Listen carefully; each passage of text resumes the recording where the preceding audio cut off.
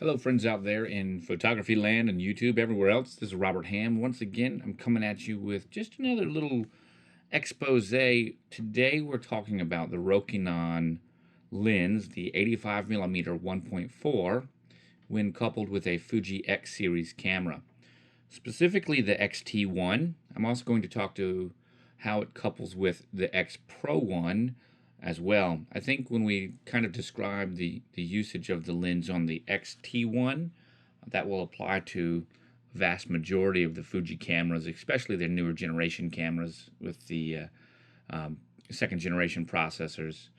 The X Pro 1 will definitely speak to enthusiasts that are interested in the legacy X Pro 1 and how it actually works today. After all of the firmware updates, there have been like 14 major firmware updates to the X Pro 1, and it's pretty exciting to consider that. I have both cameras and I enjoy using them both. The spoiler alert here is that if you're going to use a manual focus lens, obviously the Xt-1 will be your choice, and it will definitely work best for you. However, you can get great images out of the X Pro 1 with a little bit of practice. And the caveat to that is that the refresh rate on the X Pro 1 is not as fast as on the Xt-1. Also, the viewfinder is not as detailed, and the processor doesn't switch to focus peaking in as detailed of a mode on the X Pro 1 as does the Xt-1. So that means that you have to be much more familiar with the lens and its focusing capabilities when using the X Pro 1 more than you would in the Xt-1, because you can get a much clearer picture in that gigantic EVF and that nice dual screen setup that they've got, plus the better focus peaking. Focus peaking is the way to go when using this lens in any kind of manual situation. Especially on a mirrorless camera. That's one of the benefits of the mirrorless camera, is focus peaking. All right, guys, let's actually dive right into it. Now, what you're going to see here is a photo shoot I did. I'm a portrait and wedding photographer. I shoot portraits and images of families here in the Hampton Roads area. I absolutely love it.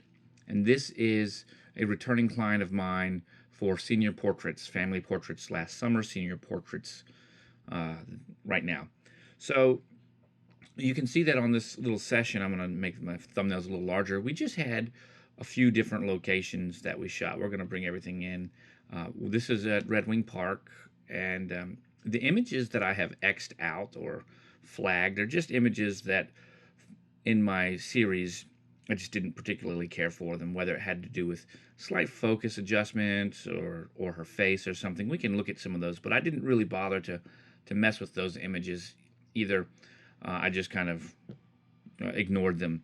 The other thing that we're going to notice is that when we go into an image and we push the eye, you're going to see for the information that it says 21 millimeters. Guys, that's an oversight on my part. When I set the Fuji Xt-1 up and put the 85mm f1.4 Rokinon lens on there, I did not change the lens adapter setting.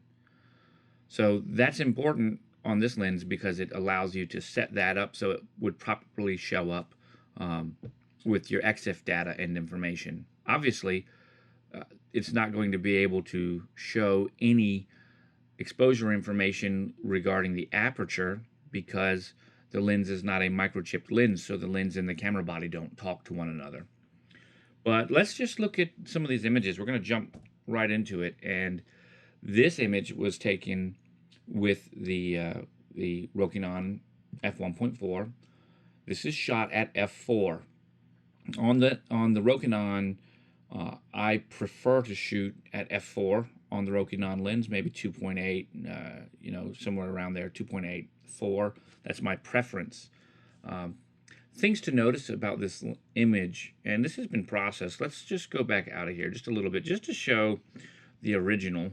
Okay, so this is the original image, and clearly we've exposed to the left a little bit here in order to retain shadow detail information in order for me to process later. That was the whole purpose of this. And this happens to be a JPEG image that we're actually looking at right now. So there's not so much after one small adjustment with auto tone or auto exposure, it pretty much nails it. But I just wanted to show you the before and after, and this is really the after. Once again, this is the before. Okay, so a lot of detail on the Xt-1 is able to be brought out, so that's important to note. But also, we're looking at the lens quality, and I'm going to come in full screen one more time. And if we look at the bokeh of the specular highlights in the background, they've got a nice round shape to them. There's quite a bit of detail. The crispness on her eyes is very sharp. We're going to zoom in here in just a second. Yeah, there we go. Nice and sharp. We're going to come back out. And the whole scene is just very nicely played out. She's well separated from the background. The background blur is causing our focus to go to her, and it looks good. So the image is nice, it's creamy feel to it, and I really enjoy it. Okay, so just kind of zoom in and look a little bit closer. Just an absolutely beautiful image. Let's go back out of here. And we're going to choose another one that's kind of a full body, one of my signature shots, Red Wing Park. Let's zoom out some. Okay, so this is actually a 2-light setup where the sun is the main light, and there's a light to the left of her pointing at her, perpendicular, and there's a light to the right of her behind the bridge, or beside the bridge, behind this little bamboo over in this area, that's shooting a beam of light towards her, so perpendicular and parallel light hitting her. And the reason that's important is because I have to expose her so that the reflection is evident in the viewfinder. That means that she's really dark, and they need to light her up. But we get this perfect, absolutely perfect reflection of her in the water down here. Nice shot. Excellent exposure on the face. There's a little bit of uplighting there, but definitely a beautiful image altogether. So once again, we're just looking now at the edge-to-edge crispness of this lens. Now, we're waiting right here as it kind of sharpens up a little bit. There we go. As we pull in, we can see that there's just the entire image is nice and sharp, and then as we come out here, we get a slight amount of blur, but blur as would be expected because of the distance that we are from her and where her face is. So it looks really nice. So let me tell you some things that I've noticed just as I kind of through another few photos with this lens. I absolutely love her expression here, by the way. The first thing is the lens is 85mm on your Fuji body, which is on a 1.5 crop factor. Of course, you're going to be closer to like the 128mm. So if you're going to handhold this lens, the rule of 2 times your focal length definitely should apply here. I wouldn't even say once. I'd say twice. You need to be at 1/250th of a second. Remember, the lens has no image stabilization built into it. Also, the Fuji has no in-body image stabilization that I'm aware of. So it has lens stabilization. So for me to get these shots at f4, I actually was using a tripod, and I was around 1/180th, so almost the reciprocal rule. Could have been at 1/125th, but I was at 1/180th of a second on a tripod with a 2-second delay. So that's how I was able to capture these. So the lens, when being used on the Fuji, unless you're in beating hot sun where you can have a 1/250th or a 1/500th of a second shutter speed, it's not really going to be very helpful. I have found instances of blur when that takes place. So the other thing to know is that I also use, on this particular lens, I use a neutral density filter. It's a variable in filter. For this lens, I didn't really decide to purchase a Hoya. Actually, I got the Platinum brand from Best Buy, and it works just well. It's a 10-stop ND filter. So when I choose to shoot at f2.8 or something like that, I can dial in my settings, right, the way that I want them to be, and then I'll adjust the ND filter to get the exposure to where it should be. So if I want to shoot at 1/180th of a second at f2 or 2.8 in the bright daylight outside, not in any shade, I can. I set my setting up, and then I put my ISO where I want it. I set my aperture where I want it. I put my shutter speed where I want it, and then I will use the ND filter to dial back the overexposed parts.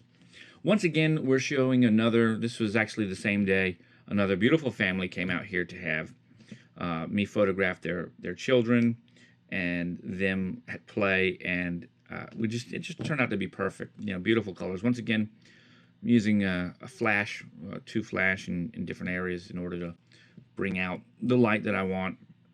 And you can see that, you know, when you've got some distance, our subjects here are about 55, 60 feet from this little bridge in the background that you can see, the red bridge in the background, and therefore you just get this beautiful effect of the bokeh. There's also, when you get that far away, you get a little bit of like a pin cushion, it looks like, distortion, as it kind of pushes in right there. You can kind of see there's a little bit of barrel to it, but I like it. I find that characteristic is really nice. And speaking of a really great portrait, look at that guy right there. Anyways, guys, those are my tips and kind of a quick review, my thoughts on using the Rokinon 85mm f1.4. I would like to finish by saying this on a Fuji body would not be a good choice for a sports sports lens by any means, and this is almost not a good choice for a lens for children playing and running around. But if you have people that can sit kind of static, this is an absolutely great lens. So keep those things in mind. Double your reciprocal rule, you know, so be it 1/250th if you're trying to hand hold it at a minimum. Use an ND filter to help dial in your exposure to where you want it with this lens. And for best results, use a tripod when possible. Guys, I hope you enjoy it. Once again, I'm Robert Hamm with Robert Hamm Photography. Catch me on Twitter at RobHammPhoto. You can find me on Facebook and YouTube at /Robert Hamm Photography. And I thank you for joining in. I'd like to hear what you think in the comments down below, so let me know. Do you use this lens? Have you used this lens with other cameras? What do you think? Let's start a conversation, guys. So, cheers.